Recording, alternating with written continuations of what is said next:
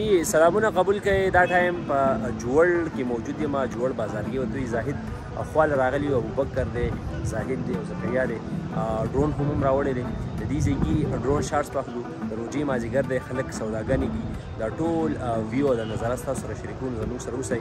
او زاهد چې کوم دی نن زموږ میزبان دی او هغه د افطارۍ پروګرام هم کړی. زموږ سره اوسئ، دا ویډیو وګورئ.